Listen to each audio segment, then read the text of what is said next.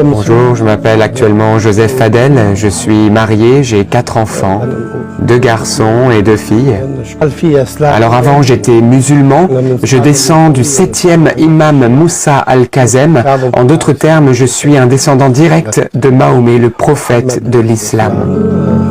Vous êtes un descendant de Mahomet. Pouvez-vous nous en dire un peu plus sur votre famille? Mon père est un cheikh à la tête d'un grand clan, un Saïd Moussaoui de la lignée de Mahomet. Mon père était riche, avec de grands moyens, bien sûr. Tout allait bien pour moi dans l'islam. Nous sommes donc considérés comme des musulmans à imiter. Nous devons montrer l'exemple dans l'islam. C'est pour cela que depuis mon jeune âge, j'ai toujours rigoureusement pratiqué l'islam. Comment avez-vous rencontré Jésus? Alors tout a commencé en 1987 à l'armée. Je rencontre pour la première fois de ma vie un chrétien. Alors en Irak, il y a des chrétiens, mais dans le milieu où je vivais, il n'y avait pas de chrétiens. Je n'en avais jamais rencontré auparavant. J'ignorais tout à leur sujet. Tout ce que je savais d'eux, c'est ce que le Coran nous disait à leur sujet. Alors dans le Coran, j'avais lu que les chrétiens étaient dénommés impies ou impurs. Voilà l'idée que j'avais des chrétiens. Donc, à l'armée, je rencontre ce jeune chrétien, et là, je me rends compte que c'était quelqu'un de bien. Alors, je ne voulais pas le voir finir en enfer. J'ai décidé de le convertir à l'islam. Alors, tout d'abord, je commence par lui demander de me donner un évangile. Je savais que d'après le Coran, les chrétiens auraient falsifié leur évangile. D'où mon idée de lui prouver cela. Il me répond qu'il est d'accord de me donner un évangile, mais avant, il me lance un défi. Il m'invite à lire et à comprendre le Coran, et cela en toute sincérité avec moi-même. Et ensuite, il me ramènera un évangile. Alors sincèrement, cette demande était un peu bizarre pour moi. Lui, un chrétien qui me demande à moi, Saïd Moussaoui, de lire le Coran, alors que moi je le lisais régulièrement tout au long de l'année. Regardez, rien que pendant le mois du Ramadan, nous lisons le Coran en entier. Et toute l'année, on le lit chaque jour, le Coran, sans compter les prières. Alors oui, lire le Coran, le connaître par cœur, c'est une chose, mais le comprendre, je ne cherchais pas vraiment à le comprendre, comme d'ailleurs beaucoup de musulmans sur la terre. Alors je me suis dit, mais pourquoi je n'essaierai pas de comprendre le Coran? Alors, lors de ma permission, je vais me rendre auprès d'un imam très réputé et reconnu au sein de notre branche de l'islam, notre référent en quelque sorte, pour lui demander de m'aider à comprendre le Coran.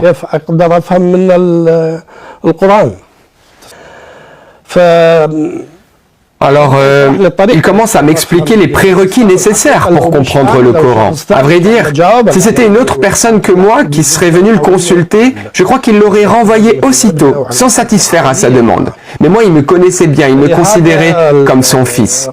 Il commence donc à m'expliquer les prérequis indispensables à la compréhension du Coran. Je dois bien connaître la langue arabe, bien maîtriser la grammaire arabe. Il faut également connaître les abrogeants et les abrogés parmi les sourates du Coran. Il faut apprendre la tradition, etc. Bref, il m'a fait comprendre que si je voulais comprendre pleinement le Coran, il fallait que je lise 500 livres différents pour m'aider à l'interprétation des sourates. J'ai bien senti qu'il tentait de me décourager, de me faire renoncer à cette idée de comprendre le Coran. Il me met face finalement à quelque chose d'impossible à faire. Finalement, je me décide de lire quand même une nouvelle fois le Coran, et cette fois-ci dans le but de le comprendre. Je me suis dit que si j'avais un problème avec l'une ou l'autre des sourates, eh bien j'irai consulter cet imam. En définitive, pendant 5 mois, je vais lire le Coran et aller consulter régulièrement cet imam. Le problème, c'est que lorsque j'allais chez lui avec un problème sur une sourate, je ressortais de chez lui avec 1000 autres problèmes sur cette même sourate. Après avoir approfondi le Coran et vos connaissances sur Mahomet, quelles ont été vos conclusions?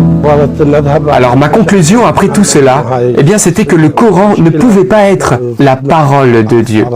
Au sujet également de la vie de Mahomet, j'ai commencé à me renseigner en lisant les livres qui font autorité dans l'islam, ces livres biographiques, et je me suis rendu compte qu'il avait tué, volé, commis l'adultère, bref, que ce n'était pas un exemple à suivre.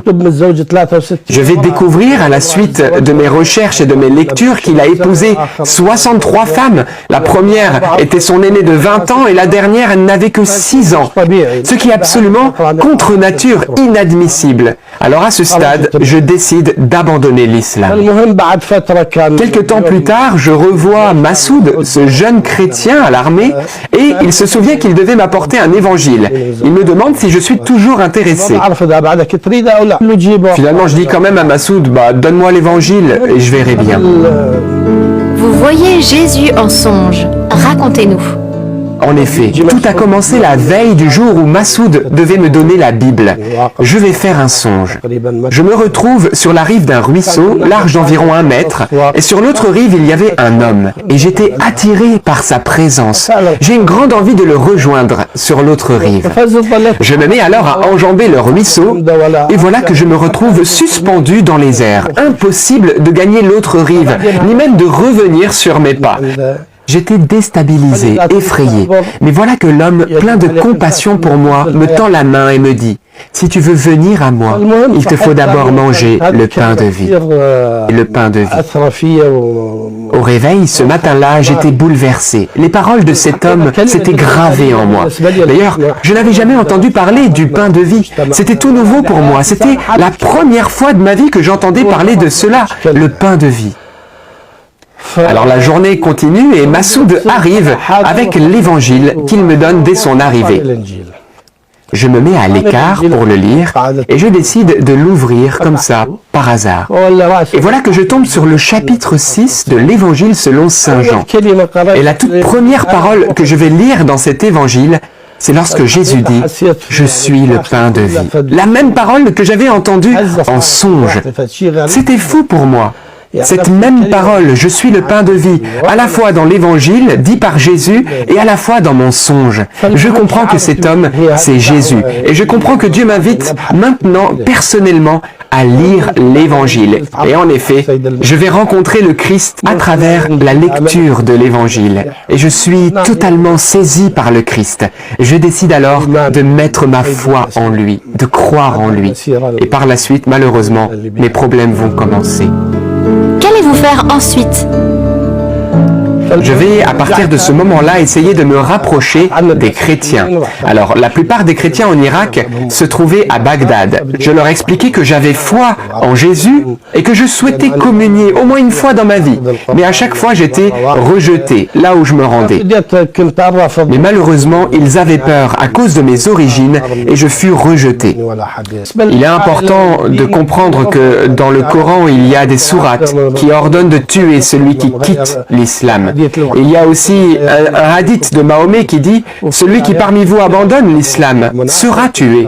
Celui qui change sa religion en quittant l'islam, tuez-le. » Donc, si tu quittes l'islam, tu es passible de mort. Et c'est ce qui m'est arrivé. Et d'autant plus si tu quittes l'islam pour le christianisme. La faute est encore plus grave et la sanction est sans appel, c'est la mort assurée. Quelque temps plus tard, nos parents ont remarqué qu'il y avait du changement dans notre vie et ils ont essayé d'en savoir plus en interrogeant notre fils de 4 ans et mon fils de 4 ans répond à mon père par un signe de croix. Ils vont par la suite fouiller ma maison, découvrir un évangile. Je vais alors être arrêté et conduit devant les autorités musulmanes qui vont décréter une fatwa contre moi, ordonnant ma mort. Vous allez être emprisonné. Racontez-nous ce que vous avez vécu. Mon père m'aimait beaucoup, il ne voulait pas que je sois mis à mort. Il espérait, avec de l'intimidation, des pressions, que je quitte la foi chrétienne. Alors, qu'est-ce qu'ils ont fait? Ils m'ont jeté en prison et cela pendant 1 an et 4 mois. Les 3 premiers mois ont été très difficiles. J'ai été torturé, frappé, humilié. La seule chose qui m'a permis de résister à ce moment-là, c'est le Christ. Oui, il avait dit dans l'Évangile qu'à cause de son nom, je serai torturé, que je serai persécuté et même rejeté par les miens à cause de ma foi en lui.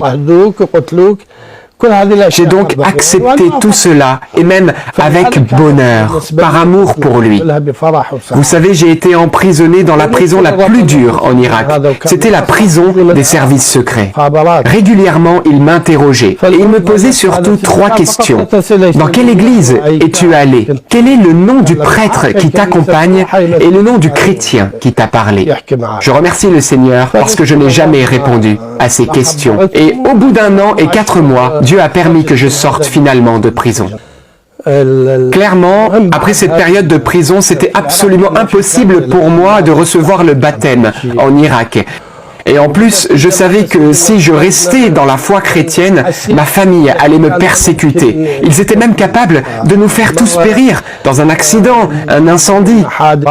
Je me retrouve donc totalement bloqué.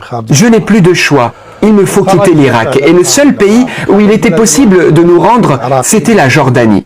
Nous quittons donc l'Irak pour la Jordanie et je rends grâce à Dieu parce que nous allons recevoir là-bas le baptême tous les 4. C'était un 22 juillet 2000. Je reçois le baptême après 13 ans d'attente.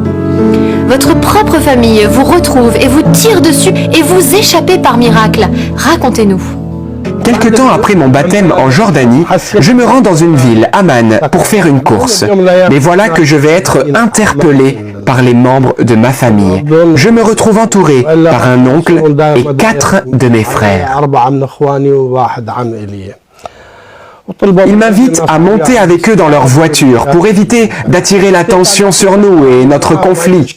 En réalité, j'avais pas le choix. J'étais dans une situation irrégulière en Jordanie. J'ai pas de titre de séjour, donc je vais donc être contraint de monter avec eux en voiture et nous allons rouler une vingtaine de minutes. Nous allons nous arrêter dans une vallée déserte, dans les montagnes. Là, il n'y a personne aux alentours. Et ils se mettent à me parler. Ils me disent, « Ton père nous a dit, ramenez-le, vivant ou mort. » Ils essaient de me convaincre par tous les moyens. Mais moi, je suis à présent baptisé, je suis chrétien, je n'ai plus peur, rien ne m'importe, rien ne m'intéresse plus. Eux me parlent de retourner avec eux, et moi je leur parle du Christ, de la foi, du baptême, de l'amour de Dieu, de toutes ces choses que je n'avais pas trouvées dans l'islam. Manifestement, mes paroles les agaçaient, les mettaient hors d'eux. Et là, mon oncle me rappelle la fatwa contre moi, cette fatwa qui ordonne de me tuer. Il me dit, si tu ne rentres pas avec nous, je vais devoir te tuer. Je lui réponds, si tu veux me tuer, alors vas-y. Là, il va pointer son arme à feu contre ma poitrine et il va dire cette phrase que j'aime beaucoup. Sa maladie, c'est le Christ et il n'y a aucun remède pour lui. Et il tire le premier à bout portant sur moi. Pour être franc avec vous, je me suis dit que c'était la fin. J'étais sans défense. Je m'en suis donc remis à la volonté de Dieu. Mais là, alors que j'étais debout devant eux, j'entends une voix. La voix d'une femme qui me dit « Cours, cours, enfuis-toi !» Je me mets alors à courir. Ils sont 5 à me tirer dessus. J'entends les balles qui sifflent tout autour de moi. C'était horrible. Et au bout d'une certaine distance, je sens que ma jambe est touchée. Je tombe évanoui. Et je me réveille, je ne sais comment, à l'hôpital.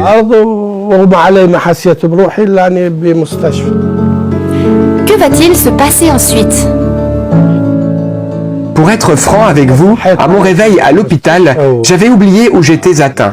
J'entends le médecin dire « Il est blessé par balle, il faut avertir la police ». Mais vu ma situation irrégulière, je supplie le médecin de m'examiner avant d'appeler la police et de me dire où je suis blessé et le degré de gravité de mon état. En effet, je lui explique que si je ne risquais pas de mourir dans l'immédiat, j'étais d'accord de quitter l'hôpital et de me faire soigner ailleurs chez moi. Finalement, il accepte de m'examiner et en me rassurant, il me dit « Vous n'avez été touché qu'une seule fois dans la jambe gauche au niveau du mollet ». Je comprends donc que je peux rentrer chez moi. J'appelle alors la religieuse qui s'occupait de nous et qui va m'envoyer un taxi.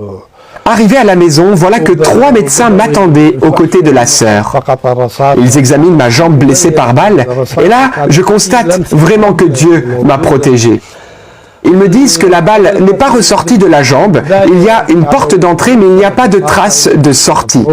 L'un des médecins a même réussi à palper la balle qui était à l'intérieur de ma jambe.